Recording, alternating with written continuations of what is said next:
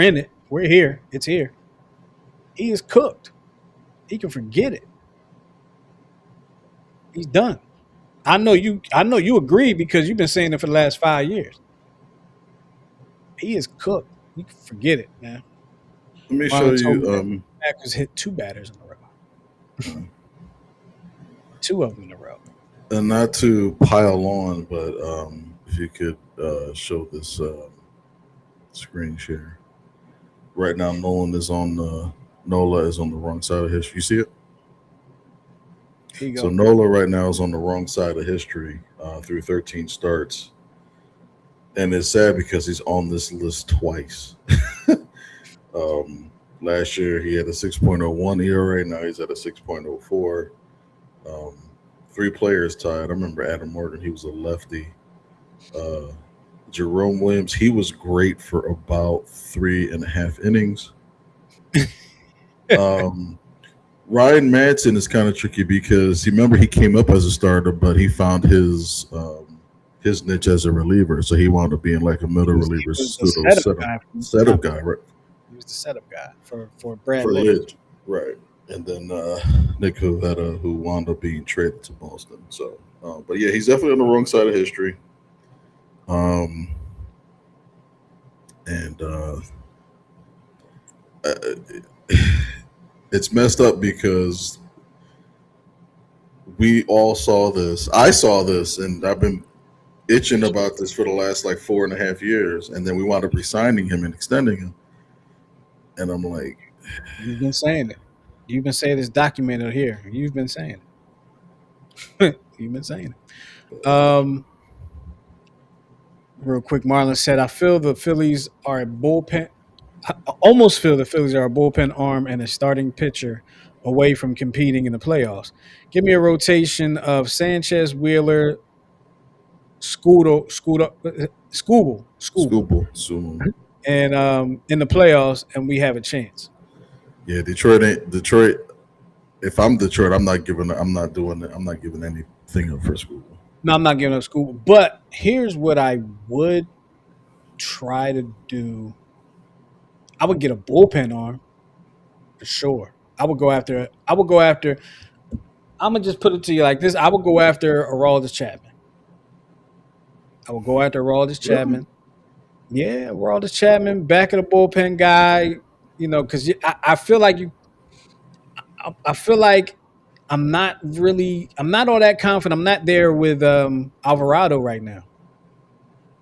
When he's in the game, I'm nervous. Last two appearances he did well, but when he's in the game, I get a little nervous. Not gonna lie. Kind of like I was like maybe a couple years ago, or maybe it was the year that they went to the World Series. Whatever year it was, he got sent down and then came back up. Whatever year that was, I was nervous with him. Then when he came back up, it was like he got all the stuff together and he was dominant. But we haven't seen that Alvarado. Well, we haven't seen that Alvarado since the suspension. I'll put it like that. Haven't seen that Alvarado since the suspension. So I would go after. I would try to get an Aroldis Chapman, a blow by you guy, um, and try to make something work. I personally, Miguel, personally, I think I'm okay with Wheeler, Sanchez, and Sorry, help Luzardo. me, Lizardo. Thank you, Wheeler, Sanchez, Lizardo as your starting three in the playoffs. I think I'm okay with that. I mean, Lizardo is great sometimes and not so great others, but we're talking about the number three guy. Like he's not supposed to be dominant. He's supposed to get you. He's supposed to be an innings eater for you and get you through some games. Get you to the bullpen where the bullpen could do their thing. You put in Raldis Chapman, and then maybe you put in what's my man's name? Duran. Duran. Thank you, Duran. Just me. Maybe I'm playing video games. I don't know, but that's just how I see it. That's how I see it. Miguel, the All Star. Excuse me, the All Star game.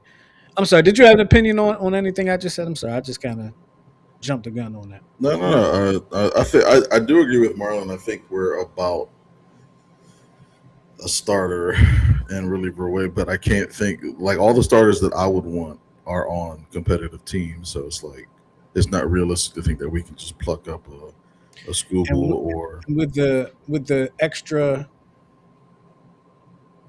playoff spot, with the all the wild card spots, teams are in contention longer.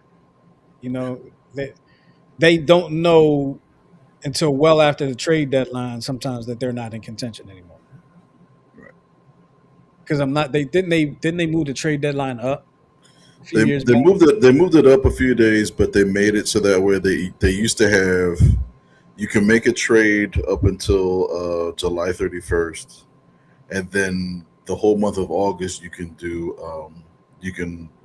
pick up waiver wire players.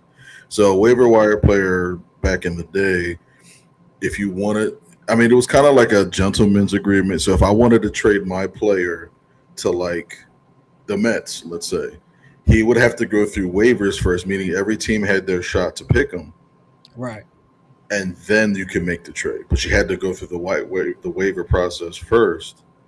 Mhm. They eliminated that altogether. So the trade deadline is once it's done, it's done. You can't do anything else. No waiver trades anymore.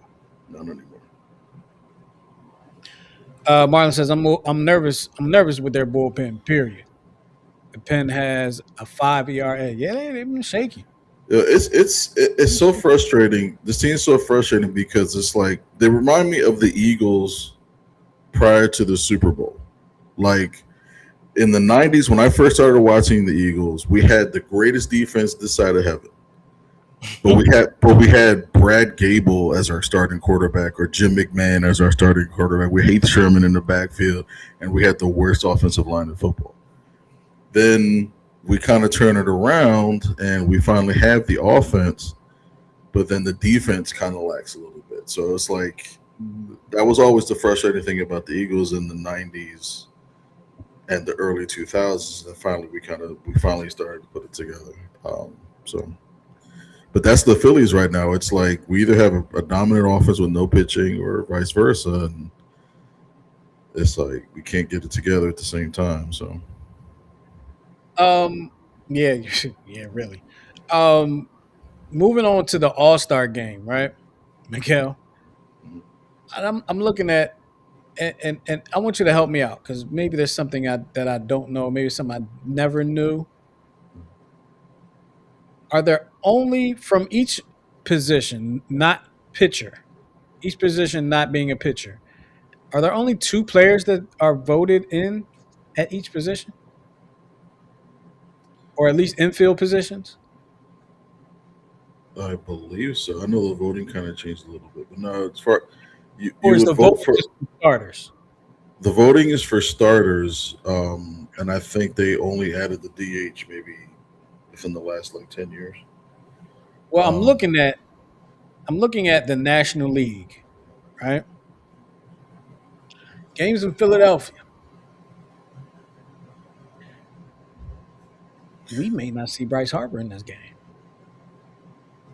Definitely not good, going to start.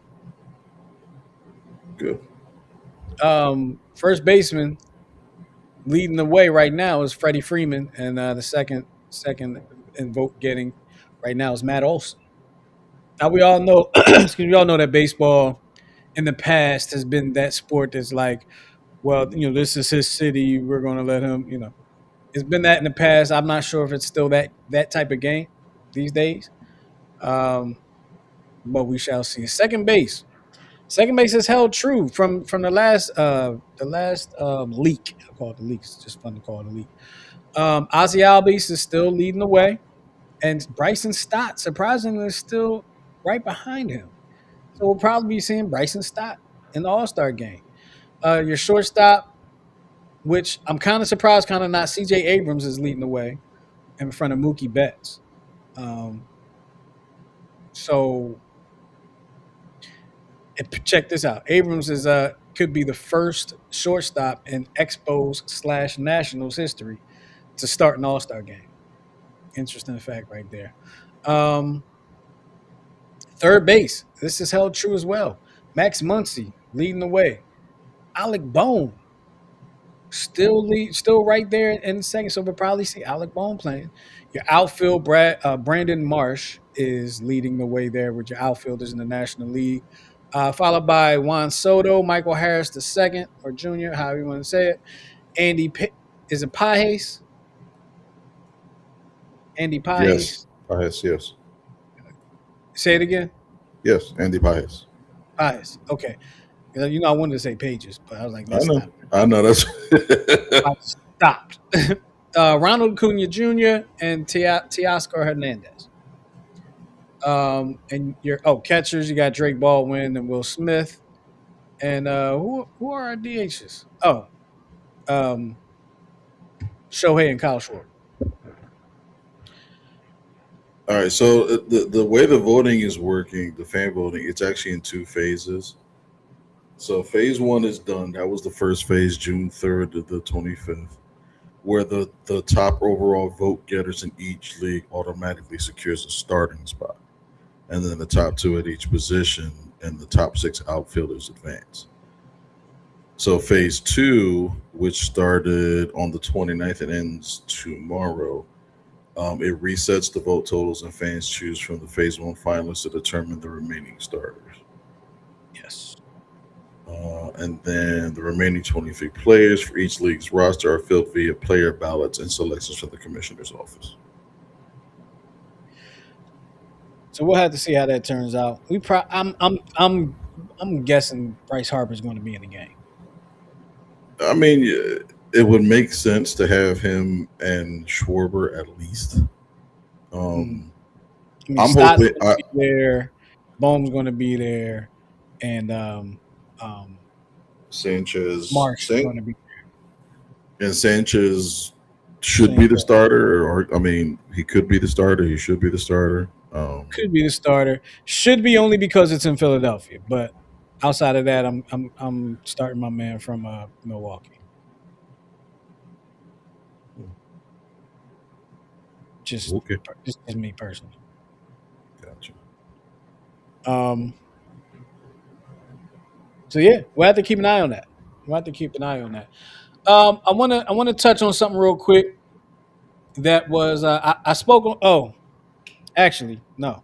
Before we do that, before I talk about that, I gotta say Happy Bobby Bonilla Day to everyone. Dun, dun, dun. Happy Bobby Happy Bobby Bonilla Day. And you see how I tried to hide that little stutter I just did? Try to Yeah, play it off. right. Beautiful. Happy Bobby Bonilla Day. If you don't know, Miguel, tell everybody, explain what Bobby Bonilla Day is. I know it's one of your favorite days of the year. Listen up, Mets fans. If you're you know what's really sad, Bobby Bonilla is 63 years old.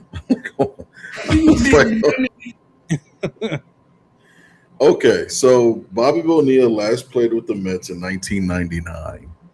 Hmm. That's how many Why years is that ago? so significant, Miguel? Because in the 2000, the Mets decided, you know what? Instead of paying him $5.9 million, Hmm. they decided to buy it out. So instead of paying him outright, The they agreed 5.9. the 5.9 million. They decided that it would be smarter Okay. to defer the payment. Okay. So by that, let me just hold on. This is for the people in the back. Okay, the people that's in the back of the room writing notes to the girl and stuff like that. So what you're saying is, just so I can keep the class, up abreast of what's going on.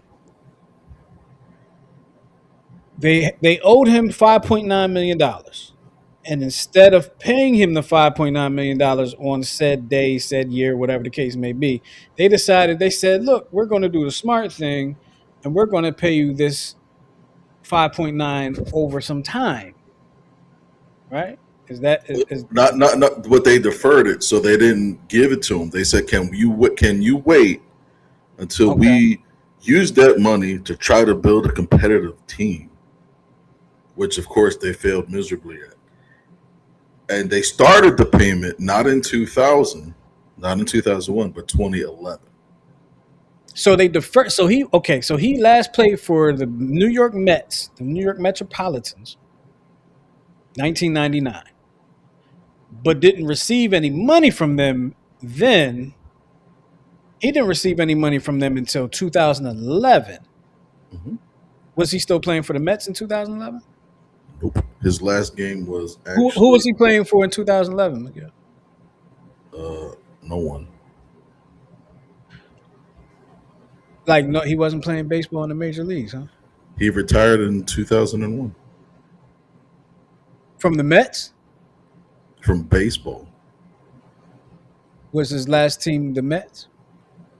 I believe it was either the Mets or the Orioles. I have to look, but I'll help you out. You already put it in notes. It's the Orioles. He last played for the Orioles. mhm. So okay. So let's recap. 1999, they said we're gonna pay you $5.9 million, but I'm gonna pay you now. We're gonna pay you later, so we can use that money to bring in some guys to play around you, so we can win this championship. Which never that didn't work out for that era. They started paying them in 2011, so they had 12 years before they started paying them. So Miguel, let me ask you this, because $5.9 million starting in 2011, and here it is 2016, and we're celebrating Bobby Bonilla Day because it's the day that the Mets pay him, right? He Correct. gets his deferred payment, right? Hmm. July 1st of every year. But I mean, Hmm. surely, Miguel, surely, Miguel. He, I mean, what? It's 2026, Correct. so we're looking at 15 years. Correct. My math is correct. So $5.9 million should have been paid up within 15 years, right? But there's more. You're It can't missing be one. more. What are we? What? There's two other things more, actually. The Mets decided and agreed that from 2011 to 2035, he will also get an 8% interest rate on that 5.9 million. Now, this is where Bobby Bonilla becomes absolutely brilliant because he's like, if I can fleece the Mets, why can't I fleece the Orioles? So he Tell me more. just he decided that, or they all decided under a separate deferred agreement. Hey, Orioles, in the interest of saving you guys, financial strain of trying to build a competitive team, how about you defer my final contract and just pay me $500,000 annually from 2004 and until 2028. 2028. Yes. So once the final check is cut, he would have collected from a $5.9 million base salary in 2000. He will have collected over $30 million. $30 million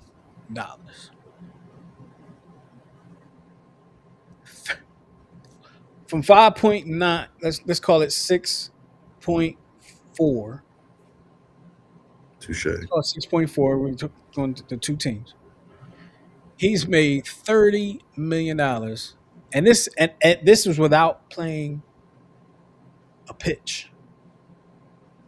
He been making his money from his couch, from the poolside, from the little league team he might have coached, from the bar, from the barbecue grill, from the island, whatever the case may be. The Mets are still paying him. And I believe it comes out to like something or like 1.9 or 1.8 something $1 million a year. Happy Bobby Bonilla Day, everybody. I can only like dream of having that type of situation happen to me. I always wanted to know, like, did he conjure this up himself? Did he like had a financial advisor? Like, I always wanted to know, All like, I'm going to just believe is that he had an amazing agent. That's all I'm going to believe. He may have negotiated himself. Whoever his agent was, kudos. It could have been him. Kudos to the agent. If you're the agent, Bobby, kudos to you. Kudos to whoever negotiated that deal. Now, I wasn't Bertie Madoff involved in this somehow, some way? uh, Yes, the owner. Okay, the owner of the Mets was taking yes, some of that deferred money, and this is like part of the story too. Like when real life gets so if anybody remembers the Bernie Madoff like scam thing, what was it called? Enron? Was it Enron? Or am I no, thinking of it was two no, no. different You things? think two different things. It was the not the pyramid scheme. It was the It was some type of pyramid scheme, I think. Well, either way, Bernie Madoff, the Mets owner at the time, took that like that money and invested it into whatever Bernie Madoff was in. And if you know the story, Bernie Ponzi. Madoff Ponzi scheme, which is basically the same. Bernie Madoff went to jail because it was all a bunch of BS and nobody got their money back. And the rest is history on that. I'll just leave it at that. Welcome to our TED Talk. We still got more. We still got more. Quite a bit more. A couple weeks. Let me back up from you guys. I don't know y'all. A couple weeks ago, I had a gripe on this show, and it was with the World Cup and how they changed the game of soccer for this World Cup in North America. And what I was referring to were the hydration breaks. How like 26 minutes, 66 minutes, and whatever it is. I think it's both of those. They take a break from the soccer game, the football game, and they have a hydration break. Now, in all my years of watching soccer and working soccer games and seeing soccer at different levels, there are no timeouts. There are no commercial breaks. There are no like strategy sessions, none of that. And now in the World Cup, they've implemented hydration breaks. Now, my stance has softened a little bit since my initial gripe a couple weeks ago because like tomorrow in Philly is going to feel like 110 degrees, and if you got to be out there running around on the field in 110-degree weather, God bless you. God bless you. But it's the sport. I'm still having gripes about that. I'm just having gripes about it. You changed the whole structure of the sport in a sense. That's my gripe. Miguel, what do you say? What have you? So one of the coaches, or some coaches, believe that the breaks do make sense when the temperatures are extreme, but when it's normal weather, it's like, you know, it does interrupt kind of the ebb and flow of the game. Um, Absolutely. and But if you do it for one, you got to do it for them all. right, and there's also the underlying feeling that that American soccer is going to be pushed to like quarters instead of halves, for the simple purpose of advertising. So they're kind of seeing it as America's way of trying to push an extra commercial here and there, and push some extra advertisements, selling something. Um, Although the hydration breaks do make sense, especially since one of the doctor's reports, I think it said that the body could get up to like 105 degrees internally, which is very dangerous to the brain and oxygen or lack of oxygen. So it does make sense, but it's like soccer has been around for, I don't know, a couple thousand years. If You that, know what I mean? So soccer is a not sport that more. used to that is played in extreme weather. That's why you have these athletes playing in this extreme, sport. So I get that you're trying to, you're being more conscious of these things. You're being safe, but I would say in the extreme situations, it makes sense. Hmm. But I don't know how you do that without literally interrupting the flow of the game and not making it fair for everybody across the board. So Yeah, I mean, I agree with you there. Like, I don't know how. I don't know. I don't. I'm not able to provide a resolution, but I am able to provide a gripe. well, I think what they're going to try to do, at least on the American side of soccer, they're going to institute quarters. You know, I, and here we go. Some people ain't gonna like it, but here we go with America sticking their nose in something, trying to change it to make it American. America, Happy 250th birthday, America. America, America. Oh my goodness. So you're so we just going to go. I'm trying not to go where I want to go because it's not that type of show. Go where you want to go. And I knew Oh, you were going to say that. I knew because you were going to say that. I knew. I almost didn't say what I wanted to say because I knew you were going to say that and edge me on. America always trying to take something over, man, and make it be like America wants it to be. Proud to be an American. Something, something, something, something, something. I don't know the rest of hey, that that's song. a great song for fireworks displays. Yeah, sure, I guess. Feel Yeah, I real guess. patriotic in those I don't know things. the words though. Champion Maker says hydration breaks are the equivalent to the NFL's CTE rules. I can see why you say that. I can see why you Yeah, say that. They're kind of coming in after trying to put a band-aid on something, kind of in a sense, trying to act like they care about something. There you go. That's what I'm trying to say. FIFA's coming in trying to act like they care about something with the players, like the NFL tries to act like they care about the players' health. like Yeah, I like see. the NFL's Rooney Rule. Like they act like they care about hiring people of color. They put on the show like they act like they care about this and they act like they care about that, but we all know what they actually care about, and they act like they care about this too, is the bottom line. And you can see it in everything they do. I always say, like they say on TV, on the TV police shows, follow the money. That's where you care about everything. See what they care about. That's you'll see everything that they care about when you follow the money.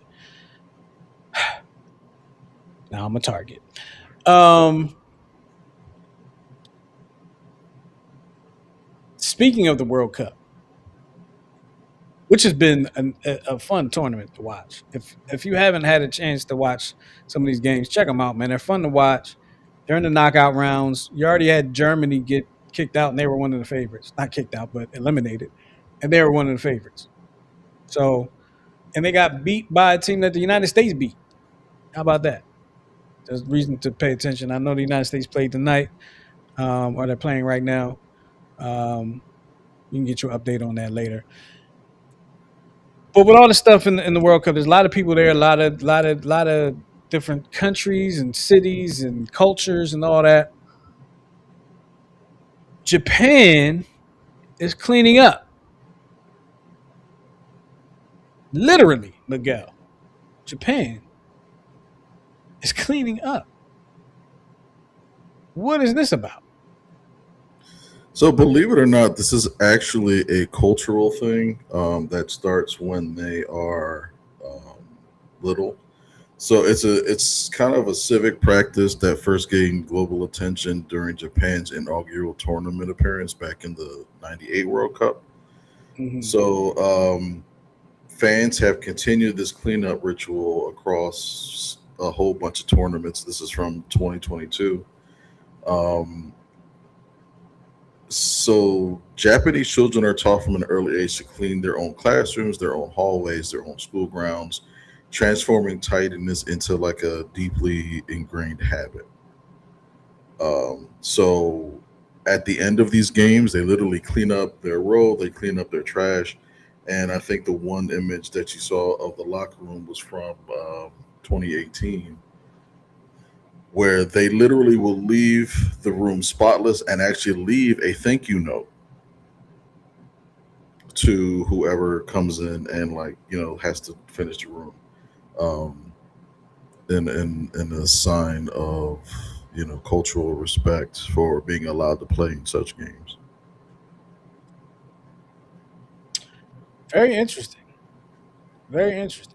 Um, 'Cause I have left some stadiums, and man, people leave them stadiums a mess. Movie theaters too, but but people leave them stadiums a mess. I mean, because I want to say that we're kind of taught to just leave it there under under Somebody else will get it, right? Somebody else is paid to get it. like just leave it under because you're ready to carry all that. Just leave it under the seat. Somebody else can get it. Oh, oh, like at the movie theater, Mm-hmm. you leave your And popcorn butter in the seat. you said what? Like, you leave the buttered popcorn underneath the seat. I leave wherever I guess I don't get popcorn anymore. Like I might get a little bit, like the wife might get it, and I might get, take a couple. But I don't, because it get all stuck in your teeth. Man, I hate that. Yeah, I don't Popcorn, actually like. I don't care for popcorn. shout out to Japan, man, and that culture, man. I'm always interested in other cultures just to see how they carry different things. One thing I'm interested in is this fan base from Scotland. Okay, if you haven't heard about this fan base, and I hope I'm saying the right thing here, they have been walking to their team's games.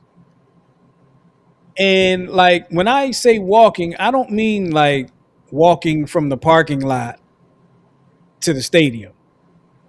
I mean like they walked from Scotland, got on a boat, guy came over here, got to wherever it was that they had to get to, got to Boston, walked to wherever they were going in Boston, and then I think the team was like playing in. I, I could be wrong, but help me out, y'all. I think the team would end up like having to play in Miami, and then they walked to like Miami from like Boston, something crazy like that. Let me tell you something. We think NFL fan bases are insane. It has nothing on the soccer fan base, the world soccer fan base.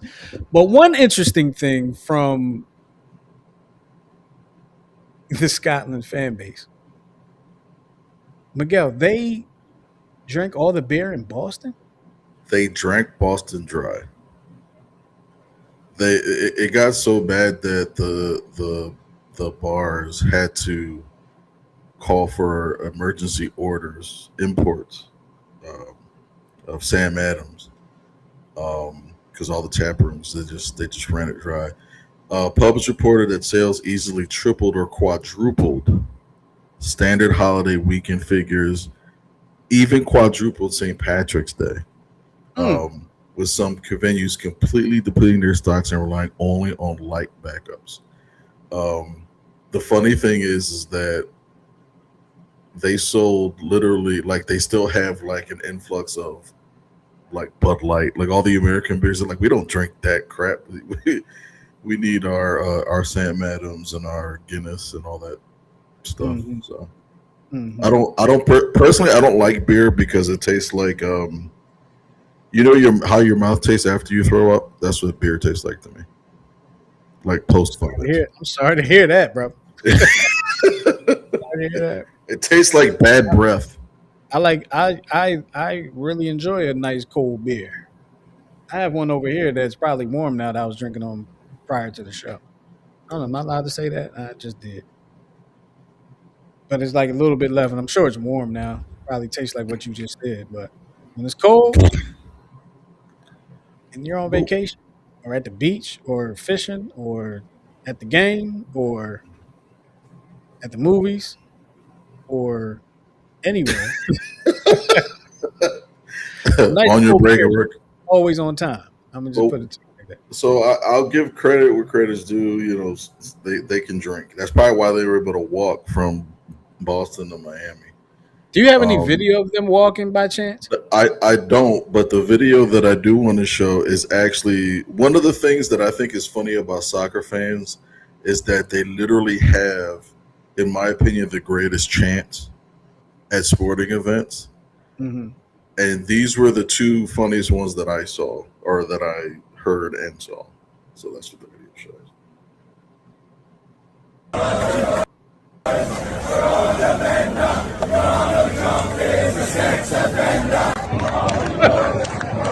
Wow,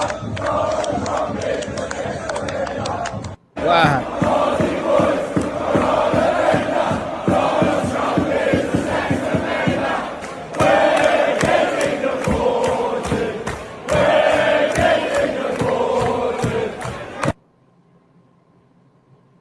Do I want to ask what that second one was? The last one said, "We're getting deported. We're getting deported." Yo, soccer fans don't give a good god darn. Okay. Yo, and you remember the graphic I showed you a couple weeks ago about the parking being $600 and the Yes. cheapest ticket. Parking was sold out, and tickets were sold out for the was it the team from Portugal or Brazil? No, it wasn't Portugal or Brazil. I can't remember. Um, but I do remember that the stadium, which can hold probably about 75, 80,000 for soccer, they also had 20,000 at the art museum.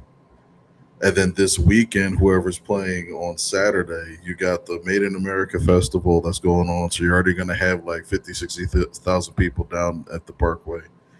And Mhm. then you have the soccer matches, which is going to be both at the art museum, at the sports complex. So Philly is going to be an absolute mess. And I'm constantly getting pinged about road closures, ramp closures. So if you're not in Philly already, don't go. Listen, I'm staying my behind out of Philly on Saturday. I'm gonna tell you right now, there's gonna be so much going on. However, the following week, I will probably go down there for the fan fest. I'm gonna put it. I gotta. You'll I didn't probably see have that really less. batting cages, Miguel. I didn't see that in the whole in the thing, but it's got to be batting cages there with the video. I got to I got to. I need. I have to You're get my seeking get back. revenge. I think I faced Dale Noma, if I'm not mistaken. Either Dale Noma or Randy Johnson. I faced. I think it was a Dale Noma though. Champion Maker says beer tastes like wet wheat bread. Yes. Yes. That's Thank funny. you. He also says Aussies are Diddy boys. Jesus. Not sure where to go with that, but I'm I'm not touching that with a 10. I'm not touching that with a 10-foot bottle of baby oil. Brian says as soon as the World Cup is gone, so will all these American fans. You know, it's funny he said that because I remember I think when the World Cup was in South Africa, I want to say. Oh, you all right over there? Hmm. When the World Cup was in South Africa, I can remember people, and this was at a time when Facebook was not on the whole algorithm thing, so you were going to kind of well, you got your Casper the Friendly Ghost look over there. I look white all of a sudden. Facebook was not on the whole algorithm thing, so you know you would see everybody's post when they actually posted it instead of like seeing what they think you want to see, which Right. I still think was the bad idea, but maybe good for them. Anyway, and people were getting mad at other people because they were like rooting for the USA because the US was having a little bit of success, and they got to like certain round. I think they got to the round of 16, maybe or something like that. Oh yeah. Um, and people were like, "Yo, you almost never said nothing about soccer before this, blah blah blah, and this that and the third." I'm like, "Yo, man, let people enjoy themselves. Let them enjoy themselves.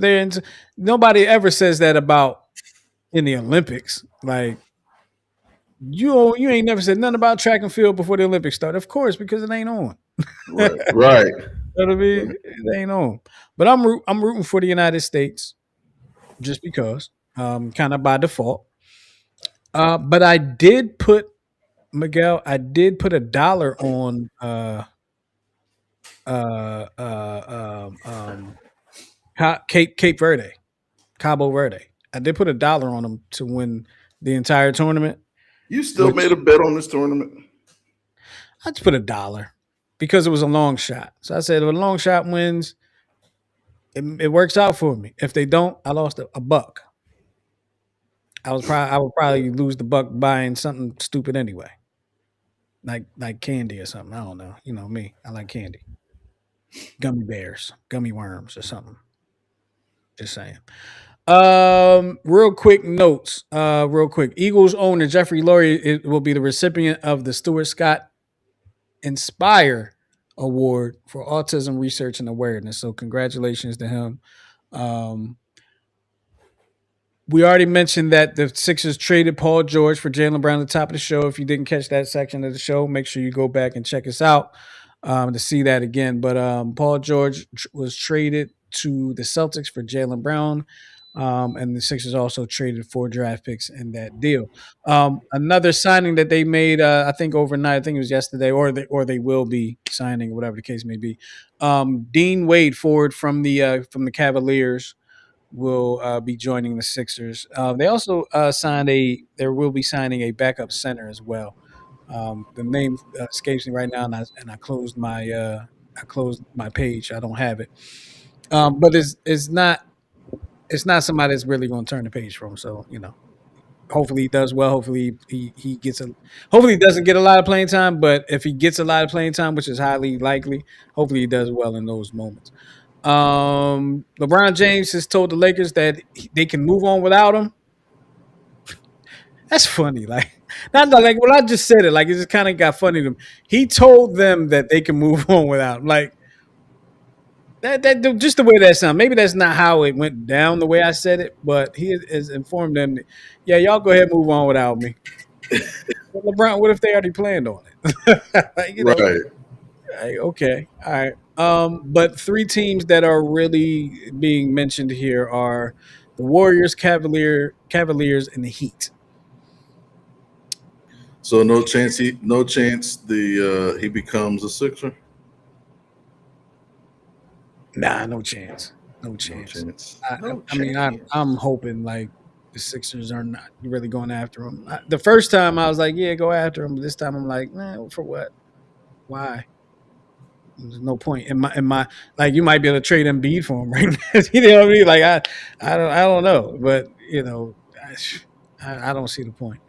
Um, if I'm LeBron's like people, which I'm not, I say of the 3 teams here that are like on the radar for him, supposedly, I'm saying go back to Cleveland. Close it Because you out go to there. the Heat right now, you're just going to play with Giannis to try to dominate. If you go to the Warriors, you're going to play with Steph and try to dominate. If you go to Cleveland, you're going back home. You're trying to win one for your hometown again, your almost hometown again. That's the best story for LeBron. However, we know LeBron's going to do what's best for LeBron, and it may not be Cleveland. People don't want to go to Cleveland. I've never been there, so I don't desire to. But I'm just saying. At least Kawhi it's Leonard. not Detroit. I've never been to Detroit either, but I heard some parts of it are pretty nice. I actually did hear that Detroit is up and coming. That's one city that I do want to go to one day because I want to see the Joe Louis fist. Kind of want to see that. Oh, they moved the Joe Frazier statue too, from the stadium over Uh, to to now. the art museum, yeah, where it belongs. Kawhi Leonard is going back to Toronto where he won a championship. He's being traded back to Toronto. Um, from the Clippers, who will receive Brandon Ingram and Grady Dick and 2 first-round picks, a first-round pick swap, and a second-round pick. And Toronto gets Kawhi Leonard. So in this situation, you got 2 players, two picks. You get a pick swap, and then a third pick. and then they get Kawhi. Okay, good for them. Now, Miguel, you have an Sir. interview. Excuse me, not an interview. I'm tripping. You have a video. What time? What All right. what what's going on in this video that you could tell us without spoiling? Um, this first of all, you're gonna love it. You're probably gonna crack up for obvious reasons, and because there's only specific videos that you absolutely love. So this is for you. And I would just simply label it. I'm scared. Sometimes we just have one of those days. All right, here we go. Like to hear it? Here you go.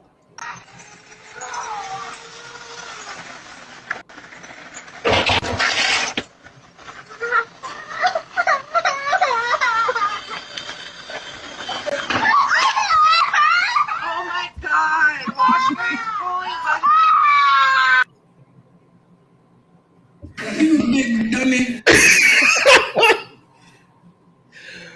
Oh, that was great. That was great. I don't know what. That was great, man. I don't know what. I don't know what. Was it the contact? Was it the kid screaming? Because you fell out of your chair when the kid started screaming when he got run over by the car. Yo, it's the reaction. It's sometimes the reaction. Like it's the reaction sometimes. Like, first of all, it's you getting jacked up. That's man, woman, or child. I'm gonna laugh at that. You get jacked up, I'm laughing. I don't care. Everybody can get it. All right. You Right. get jacked up, I'm laughing. But when you got the reaction like that, like some people are like, oh, poor thing. I don't know this kid. I'm cracking up. I don't know this kid. If this kid mad at me for that, I'm sorry. But hey, listen, it's on the internet for all of us to enjoy, not to feel sorry for you. Right. It is what it is. So yes, part of it was the scream. Yeah, part of it was that for me. Yes, it was. All right. Yes. Well, here's another one for you. So you know how So sometimes. I'm sorry. Before you go, I just want to put these few comments in. Okay. You mentioned the U.S. soccer game. They're up 1-0 at the half. For those that don't know, that means they're up 1-0. Brian had said great reference, Miggy. Um, something that you referenced earlier. And Marlon said, "What do you think the Sixers should do next?" I'm going to think about that for a little bit. I'm going to let Miguel introduce this video, and I'll give you my opinion what the Sixers should do next. All right. I'll say that the Sixers should. John Harris should sell the franchise. All right. But in this video, we're gonna. You know how you see a clip in regular speed and then you do like the slow motion version. We're gonna do that backwards today. Um, but sticking with the same concept of children getting hurt, which is your favorite thing in the world. Um, we're Oh gonna. man, don't say that. I mean, proof's in the pudding. But here we go. All right, here we go.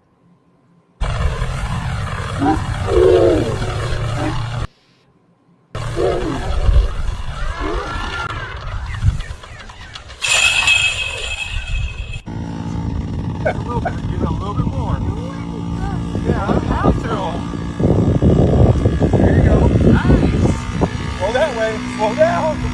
Let go. Let go.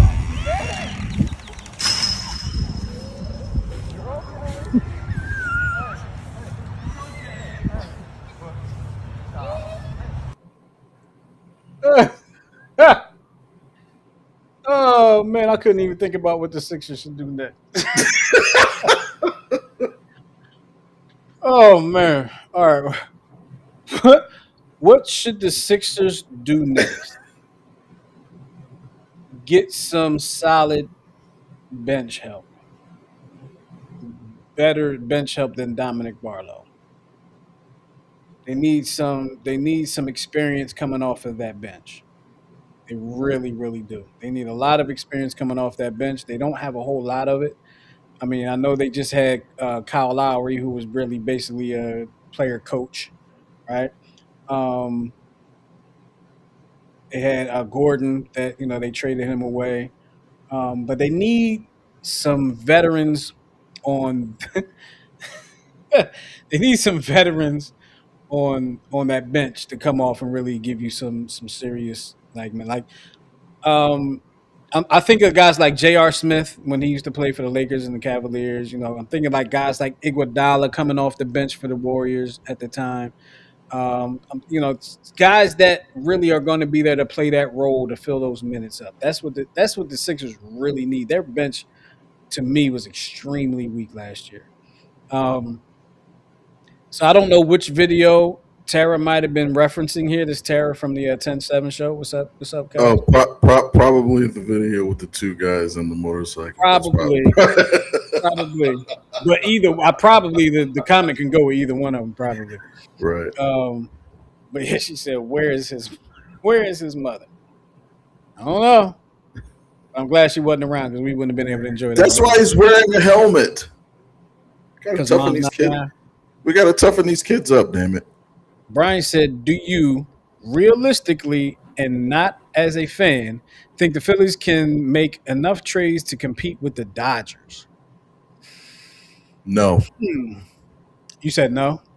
Well, not in this collective bargaining agreement because Here is I realistically think the Dodgers are good, man. The Dodgers, because the Dodgers are set right now because they don't have to make any moves right now. they don't have to make any moves. Right. Because Edwin Diaz is technically their closer, but they don't need they won the last two World Series without a closer. It was closer by committee, and now that they have somewhat of a legitimate closer, he doesn't even have to be a legitimate closer. Um, but it's definitely going to be hard to compete. But I think the Dodgers are the reason why we're probably going to have a lockout Probably. next year. I And think yeah, but they'll be. Go ahead. Hmm? No, You said no. I just don't. I don't think I don't.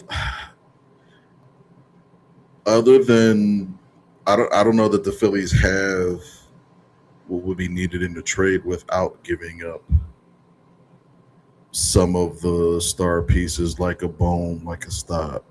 Um, I think you got to see what Painter can do before you can possibly get something for him.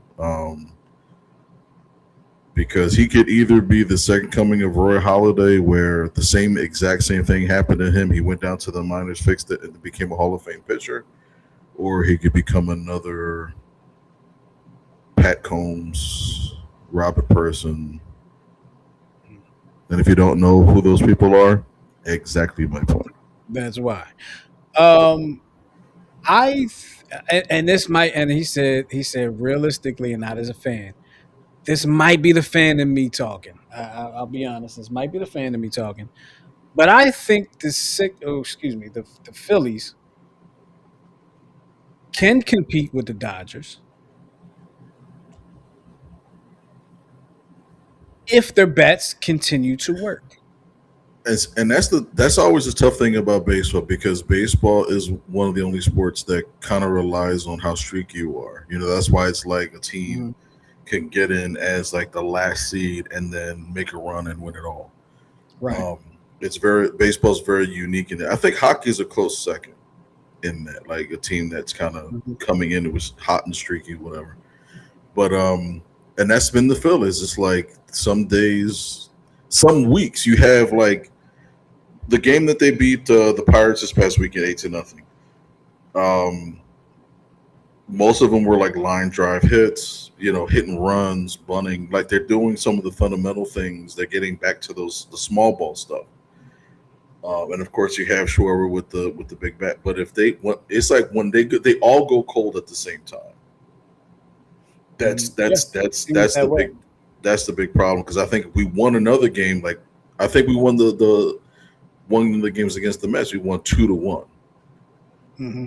Now I'm glad that it was Wheeler on the mound, and you have Wheeler to win those 1-0, 2-1 games. But outside of Wheeler and Sanchez, and even Luzardo can kind of tip his pitches every once in a while. After you get past the number 3 starter, you have to win those blowout games. But I don't think if we had somebody that was better than Nola, which I think they were anticipating Painter to be, then you would have had it. But because Nola is who we all thought he was. Now we're kind of stuck. That's the theme in Philadelphia. People are stuck with. Yeah, and if they're hitting the ball, they can compete with anybody. When they get into those cold streaks, they forget it. Again, I guess you could say that about anybody, but I really feel like this lineup in particular is really, if they're hitting and they've been hitting well, they really haven't had a cold streak in a while, which makes me nervous because I don't know if they're due or if they're done with the cold streaks, but we shall see. Champion Maker says, "Here's the Sixers' best chance: trade Embiid for winning role players and build around Brown, Maxey, and VJ. I promise you, a team will take him for role players." I would agree with that. I would agree with that. But I always look at the full picture. Which team and which role players do you want? Right? Are we going to get could because you get the in basketball the salaries have to match. That's the problem. Like Mhm. that's the real problem. The salaries have to match in basketball. So you're going to get like if it's like two role players, you probably get some decent ones.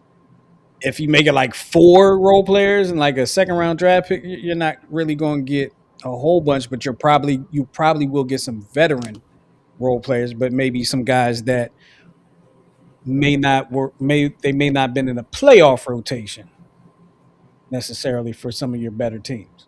That's what I'm thinking. But after today, and they got Jalen Brown for Paul George, I'm like, hey, you know what? Anything is possible. Anything is possible. What Kevin Garnett say? Anything is possible. Anything is possible. Yeah, I guess it could happen. It could happen. But you'll probably still be in need of a big because teams are getting taller, and that was the biggest weakness with the Sixers when Embiid was not in. Is teams would attack the paint, and this is a game that is outside shooters. Teams would attack the paint when Embiid was not in the game, and it would kill them. Is that it? Is that the whole show? Are we done? Um, no, there's a couple more things if you wanted to, Oh unless my you want to. goodness! Oh goodness! You snuck that stuff in on me, man. I That told you was the about whole time. this is the thing that was supposed to be part of the show last week. We can move these two things to next week, and we can just go right to the last two things. Yes, because there's somebody that wants to join the show to talk to us about the NCAA rules. Okay. So we'll probably actually save that for when we come back Okay. from our break. From our break, I'm glad you explained it to me. I'm glad you explained that to me because I was just on the phone with somebody that wants to join us to talk about those rules. Right. And this can kind of tie in. Not Yes, for, yeah, we can tie in the injury. So what we're talking about is there's a 5-for-5 rule approved by the NCAA, which pretty much eliminates like red shirts and stuff like that. We'll get into that when we come back in August, and then the injuries to young athletes being on the rise. We can tie that in as well. absolutely, absolutely. Now Miguel has introduced a new segment to the Check Swing podcast. Originally, seen on the 10/7 show, of which airs on Sundays at 7 o'clock here on New Tools Radio, which you can also catch Miguel on in the comments. He keeps the comments. He keeps the comments rolling. Um, but with that being said, I'm talking about everyone's favorite segment of the show, and that's the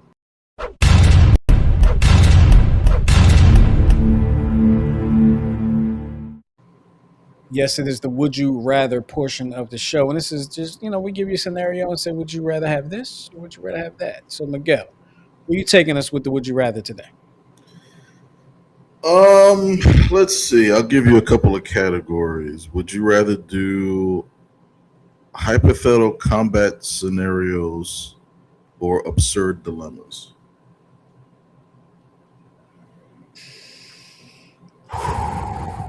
They both sound like fun. So let's do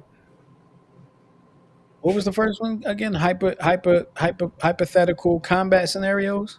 I'll tell you when my screen comes back up. Where the heck did Uh-oh. it go? Technical difficulties. Technical. Technical. I believe it was. I believe it was hypothetical combat scenarios, which sounds interesting. Like I'm more intrigued by that than like kind of like I'm just more intrigued to hear what comes from that. Like, is it like, yeah, you have no toes left on your left foot, but you got to keep making left turns to win? Are you going like? I'm interested in what you're going to end up saying. So I'm going to go with that one when you get your everything back together. And you at home or wherever you might be watching, y'all can join along with us too. Please join along with us as we're shutting the phone lines down now.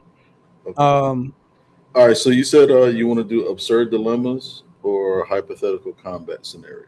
Hypothetical combat scenarios. Okay. Would you rather play a full game of soccer against 11 professional players riding motorized unicycles, or defend a hockey goal against 50 aggressive Canadian geese?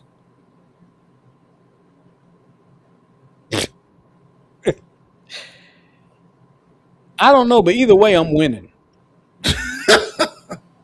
Either way, I'm winning both of those scenarios. Um,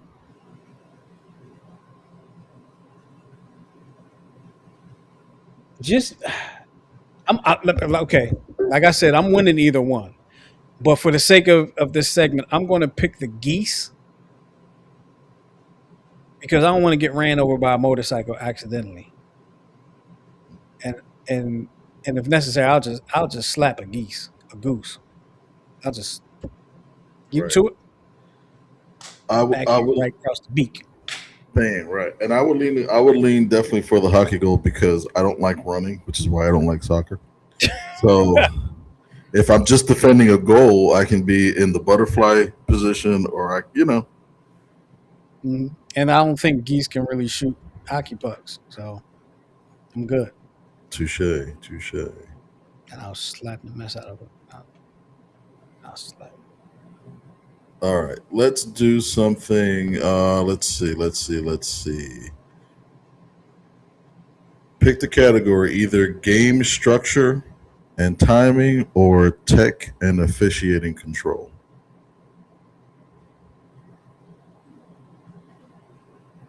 T- t- was it time structure and time? What was it? Game structure and timing. Game structure and timing. Okay. Would you rather shorten the Major League Baseball regular season to a mandatory 100 games to make every single series a must watch event, or keep the 162 game schedule but make every single game a 7 inning affair to radically protect pitching health? So I think I've actually been on record as saying 9 innings is not necessary. Really? Yeah. I mean, 7 innings feels very kiddish. You know what I mean? And 9 innings is really what separates the men from the boys in a sense. But I've always felt like you've always said they would play way too many games, and I've agreed. And that would kind of make it more fun that every series counts for something. Right. Um, but I'm going with the 7 innings because I feel like for some people that might be more watchable, and it might be a little bit more of what they're used to. Like if they have a kid that plays baseball and they play 7 innings, I feel like you might get a little more viewership, a little more fanship. You get through. It does save arms because maybe really you only get through 3 innings with your starter and go to your bullpen, or maybe you get through 6 innings with your starter, go right to your closer. So yeah, give me the 7 innings, 162 games, but give me 7 innings, and it Yeah, makes and it makes it a little bit more like it makes it more of a sprint. Each game more of a sprint. I like I like what they did when they first came back from COVID, where they did double headers at 7 inning games. when they first came back from what you say? When they came back from COVID, like full board, and then what they did was they made 7 inning games for double headers. For double headers, yeah, yeah. You know, I would lean. I'm actually going with the 100 games because I know they're talking about protecting pitching health, but I think pitching less games will give you greater health because you'll have more rest periods in the week because 162 games you can go sometimes 20 25 days without a day off. Not that a pitcher's going to throw every day, but it's when you're in that routine and the travel and the stuff like that. But with 100 games, you can kind of spread out the days off, so you can if you're going from like Chicago to Miami to Texas, you can actually literally have a travel day and rest in between. So I think you have more rest periods in between, and I think if you take the example of football, which is only played once a week, and you have the Monday morning quarterback, and you're literally talking about what happened on Sunday all the way up until Monday, and then you still start talking about the next game until Thursday. It's like the perfect scenario. That's why football is so watchable and marketable. But I think the days off in between series would definitely help the game, and I think you save arms either way because you're actually pitching less games. So I'd lean towards the 100. Let us know how you feel about it. What would you rather do? Brian has said for the last one, he said he would rather do soccer. He said geese don't fly. Lord. So I want to. Salmon also. So I had a gripe earlier about FIFA and soccer and the hydration thing. Right. I want to commend them on, and I'm a casual fan, so maybe this has been something for a little bit. I don't know, but one of the first games I watched, there was like somebody that flopped, and the ref was able to review it, and the dude ended up flopping, so they reversed the call, and I think the guy got a yellow card. Good. See that Kind of. I didn't know that. I didn't know that they actually go back and check on it. So I think they picked that up I from haven't you. seen it happen much. Like I only saw it happen the one time, but I also in that same game, I think somebody flopped. They didn't call anything against the other guy. They didn't go back to review it or anything like that because there was no call. But the ref just went over to that and told him basically, get your ass up. Basically told him, get up, get off the ground, get out here and play. So, and the dude ended up getting up and started around. That was probably my biggest gripe with soccer was like, yo, these dudes spend half the time on the ground faking because when they don't get their call, you see them get up and just run right back into the thing. That's why I was enjoying women's soccer way more because they were not flopping half as much as the men were. So, thank you for that, Brian. Nothing beats women's volleyball. I said it here first. All right. You want one more, or you want to be stumped? We can do one more real quick. Let's see. Let's see. Embarrassing fan moments or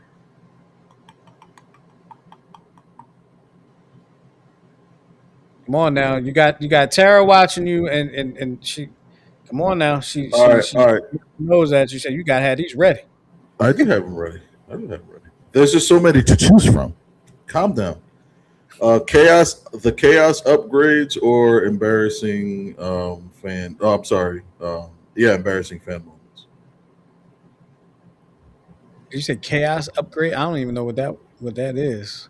So give me embarrassing fan moments. So I was going to explain. Okay, embarrassing fan moment. So, would you rather get caught on the stadium jumbotron with a giant wet spot on your crotch, or drop a catchable historic home run ball directly into your hot nacho cheese? Which really sounds dirty, but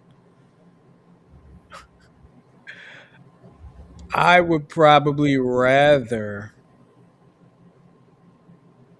Give me the ball and the nacho cheese. Like at least I have a souvenir from that one. Like you catch me with the wet spot of my pants. I don't get to explain that. But you drop the ball in the cheese. But I still have the ball. Do you though? I mean, there's no. I mean, well, I guess directly Well, into your first of all, house. you said it's a home run ball, right? Yeah, yeah. You know, you're right. You're right. You're absolutely correct. The home run Yes. ball. I'm on TV. Mhm. I'm on TV. I'm on ESPN. I'm probably seeing it all over the. Yeah. Now, if you had said home run ball, but the wet spot, I'm still picking the nacho cheese because they're going to see. Let's say you said you catch an amazing catch one handed, but you got a wet spot. Yeah, Everybody's going to see the catch, but then somebody on and TikTok is going to see the wet spot and say, "What happened there, fella?" right, And then and then I'm that's TikTok famous. and that's going to be like, especially if it's a historic home run, so it's going to be in the Hall of Fame with you like this with the P spot. Yeah, I got you. And it's like, no, I spilled my soda, but you don't get to explain that. It's a picture. Right. So real quick, on the last, you can get the stumps ready if you haven't already. Brian said, I don't like either option. He's talking about the second. Would you rather? Maybe less games. Do away with all the interleague games. They used to be special and exciting. Now they're just another game. I actually like the fact that the interleague games are just another game now Why?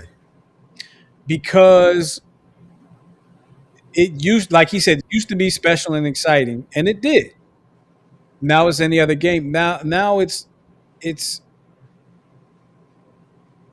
I don't know. It's like every other sport now to me, where like you get rid of the interleague games. Like I have an opportunity to see certain players now come into my stadium every other year. So I'm like, I like that. I like seeing them play other teams. I don't have to wonder anymore. What the Phillies played the Angels? What would that be like? What if the A's? What would it be like if the A's came to town? Or I'm gonna go check out the Phillies playing in Kansas. Like it gives you more options as a fan. So I kind of like it from that standpoint. Um, that's probably my biggest reason. I, I I liked when I liked the way they originally did it. Okay, with like Um, it would be the NL East versus the AL East. right, or it would be like World Series, like Phillies and the Red Sox, or Phillies and the Yankees. They face each other in the World Series at one point. And they used to do it where the interleague play didn't start till I believe after the All Star break. I think you're right about that, or maybe So like right before or right, something. I think you're there's right. like Yeah. an anticipation. So maybe scale it back to that. You start interleague play Well, after for the All me, Star break. I don't need the excitement for it anymore. I just want to see the teams. Like it was exciting because it just started. Even if they had it, if they still had it as like the old ways, it still wouldn't be as exciting because you would get used to it, just like we've gotten used to it. So now instead of like making it an event, now it's part of the schedule. Now you got to figure. Now baseball has to figure something else out to be special. They had that for a little while. It's really not special anymore. Now it's like Brian said, it's a regular game. Right. I'm okay, but I'm okay with that from a fan standpoint. I'm okay with that because these Gotcha. are games. Like I would have loved to see Ken Griffey come to the vet, or Cal Ripken come to the vet back in the day, or even Jeter come to the vet and the vet. He didn't play in the vet days. Jeter come to Citizens Bank and it's not a World Series because I couldn't afford it. Jeter did play at the vet. I was there for the Not my first. point. Not what I'm saying. I knew you were going to say because as soon as I said, I was like, he did play there. Brian also said nachos for sure. Less embarrassed even if you don't get the ball. Yeah, yeah, I can see that. I can definitely see that. All right, so now it's time for me to turn the chat off. Chat is turned off. And it is time for Miguel to stump me. Now, if you're new to the Check Swing podcast, this is the part of the show where Miguel has randomly just kind of selected a player that has some type of tie to Philadelphia in some way, shape, or form. Uh, I shouldn't say some way, shape, or form, but they played in Philadelphia at some point during their career, whether it be the whole career, a cup of coffee, or like had their whatever the case may be. I hope you got it. Whatever it was, I hope you got it. Um, And he tries to get me to guess. He gives me some clue. He gives me some jerseys, that they wore throughout their years and whatever. But here we go. Like to see it. Here we go. This is how we work this. So, this person is a two-time All-Star, a two-time Gold Glover, and Wilson overall. What is that? Wilson overall defensive players. I mean, he was at like the absolute best at his position. And he started with the Phillies and then played for all these other teams later on. Correct. Would you like the teams in order, sir? Yes, please. Philadelphia Phillies, Houston Astros, Atlanta Braves, Cleveland used to be Indians, Arizona Diamondbacks, and the Orioles of Baltimore.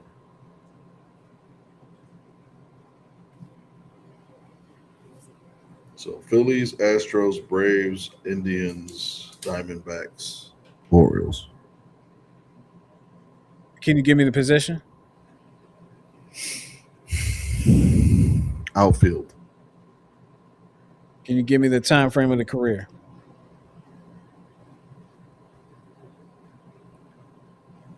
'06 to I want to say 13, 14. Damn, so he didn't play that long. No. Yeah, it wasn't a long career. I want to say he played about 10 or 11 years, 12 years. Were there any circumstances to this person's career ending? Was there a reason that the career wasn't that long? I I mean, guess that's a decent career, but he had some soft tissue injuries like pulls and stuff. Nothing major. That's the best I could think of. outfield started with the Phillies, then went to the Astros, Padres, Phillies, Astros, Padres, Cubs. I gave you the teams twice already. Phillies, Astros, Braves. Phillies, Astros, Braves. Phillies, Astros, Braves, Indians, Diamondbacks, Orioles. And played the outfield. Mhm. Two-time All-Star. Was he an All-Star with the Phillies? No. Well, there you go. And I'm assuming wasn't a Gold Glove with the Phillies either. Correct. And what was the Wilson overall defensive player of the year? What Correct. was it? I have no idea. I'm trying to think who was number 9 with the Phillies back then. I'm trying to think. Like, There's why a am I couple. thinking like Chase Utley over and over again? I know it's not Chase Utley though, but I'm just thinking Chase Utley over and over again. And there's Can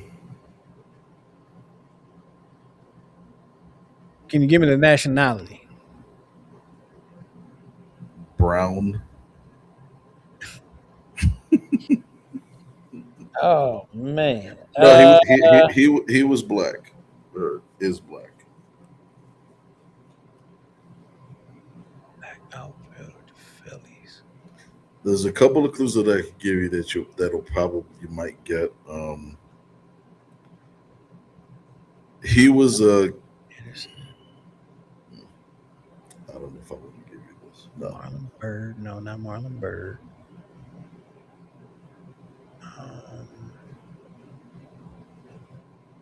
Ben Revere, not Ben Revere. Damn, Ben Revere, jeez. So man. I don't know if this will help you. It won't. But go ahead. He was a switch hitter.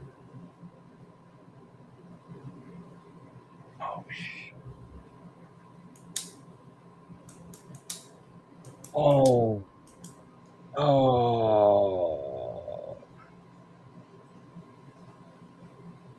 Damn, I feel like I can see, but the name is just completely escaping me.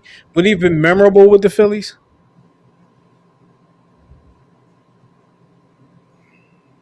A couple years before he won the World Series. So he didn't do anything terribly memorable, but there was a lot of potential.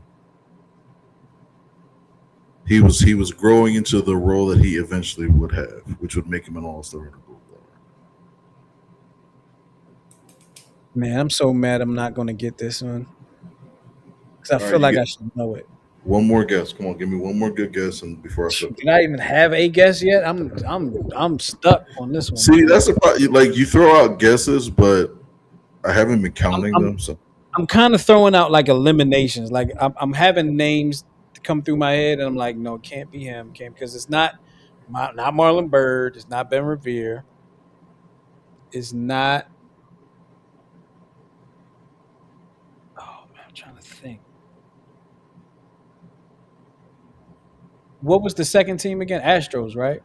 hmm Was he part of the trade for Hunter Pence? ooh, close, but no. He was part of a trade, but not for Hunter Pence. He was part of a trade out of Philadelphia. Correct. Can you tell me who he was trade for? I could. Roy Oswald. Damn. No. That's a little later, ain't it? It's a good one, but no, it wasn't.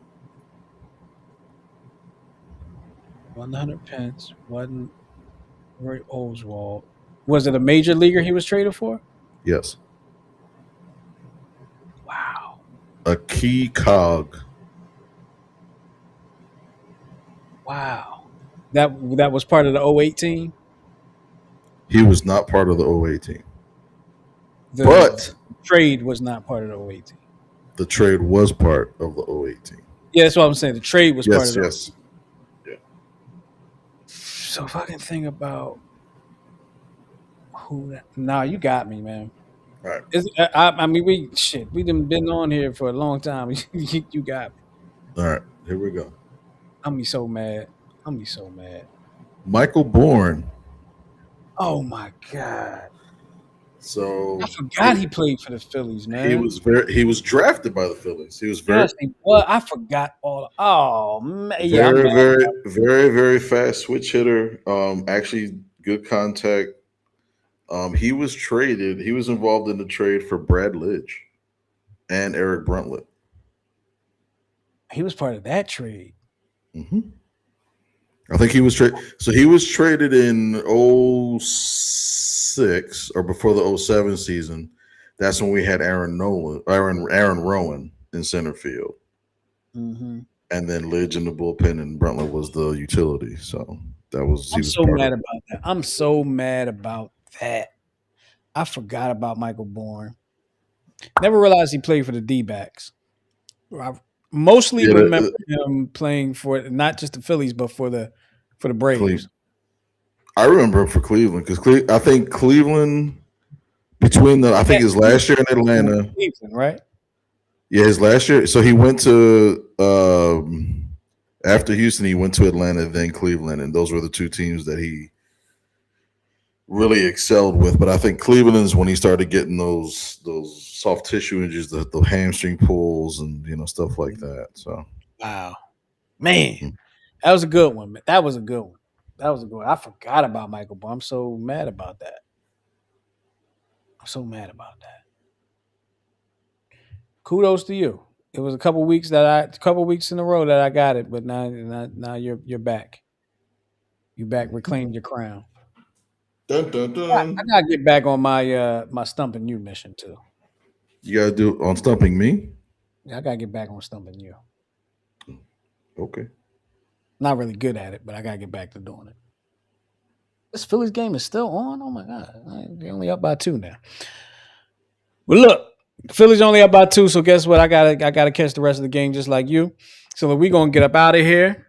We thank y'all for listening to us for almost 2 hours tonight. We had a lot to cover and a lot to talk about, and we just having some fun, and we enjoy being here and sharing it with y'all. But also, with that being said, we're going to get up out of here. Any last words, Miguel, before we get up out of here? There's a gnat in my face again. Only thing I got is remember, kids. Practice makes perfect, but a highly friendly whistle from the official in the fourth quarter helps too. Yeah, sure. Can't argue with that. We gonna get up out of here. We appreciate y'all hanging with us here again on the Check Swing Podcast with myself, and of course with Coach Miguel, who's down in Baltimore, having big fun. We'll catch y'all next week here on the Check Swing Podcast. We're gonna give you the All-Star game recap and all that good stuff from All-Star weekend, and then we'll go on our little break. All right. So make sure you're here with us next week because you won't see us for a little while after next week. All right. That being said, peace out, y'all. We love y'all for loving us, and we'll talk to y'all next time on the Check Swing Podcast. Until we meet again.